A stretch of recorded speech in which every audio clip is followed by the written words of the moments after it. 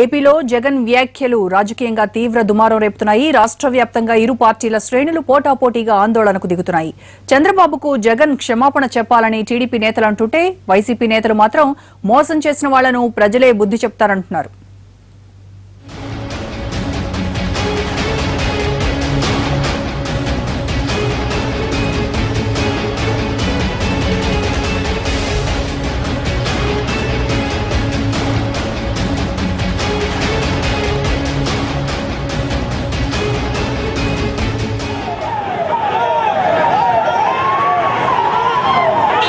అనంతపురంలో జగన్ రైతు భరోసా యాత్ర ఉద్రిక్తత మధ్య కొనసాగుతోంది. స్థానిక సప్తగిరి జంక్షన్ లో టీడీపీ వైసీపీ కార్యకర్తలు బాహాబాహీకి దిగారు.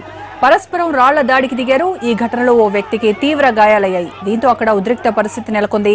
అక్కడే ఉన్న పోలీసులు టీడీపీ కార్యకర్తలను అదుపులోకి తీసుకున్నారు. చంద్రబాబుకు జగన్ క్షమాపణ చెప్పాలని, ఆయనకు మానసిక పరిస్థితి బాగోలేదని అంటున్నారు టీడీపీ నేతలు.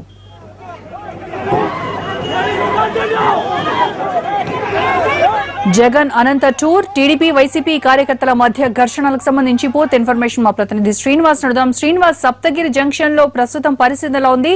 జగన్ పర్యటన అప్డేట్స్ ఏంటి? కొద్దిసేపటి క్రితమే అత్యంత పకడ్బందీమైన పోలీసు బందోబస్తు మధ్య జగన్ తన ప్రధాన వేదిక సభ ప్రయోగించే వేదిక చేరుకున్నాడు. దాదాపుగా పోలీసులు మొత్తం ఒక పహార మధ్య జగన్ కావాలని ఇక్కడ తీసుకొచ్చారని చెప్పవచ్చు.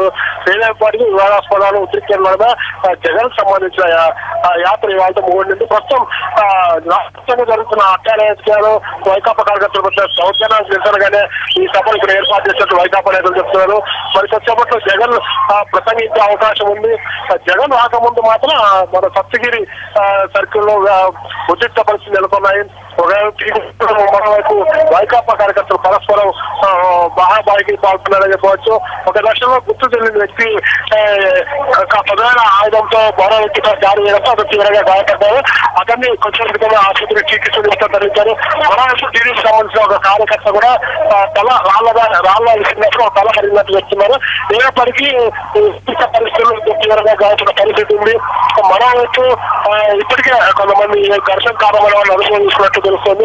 ఏమైనప్పటికీ జగన్ ఏం మాట్లాడతారు, ఎలాంటి వ్యాఖ్యలు చేస్తారన్న దానిపైన సర్వత్రా ఆసక్తి నెలకొంది. మరోసారి జగన్ వ్యాఖ్యలు చేస్తారు. ప్రస్తుతం రాష్ట్రంలో జరుగుతున్న అత్యారాధికారులపైన ఏ విధంగా ఆయన స్పందిస్తారో వేచి చూడాల్సింది. ప్రస్తుతానికైతే పోలీసులు మొత్తం జగన్ ప్రసంగిస్తున్న ప్రాంతాలంతా పోలీసులు తమ ఆధీనంలో తీసుకురావచ్చు. వాటర్ క్యాన్లకు సంబంధించిన వాహనాలతో పాటు భారీగా ఏపీఎస్పీ, ఏఆర్ అలాగే సివిల్ స్పెషల్ పార్టీ పోలీసులు మొత్తం ఇక్కడ బందోబస్తుకి వినియోగించారు. శ్రీనివాస్.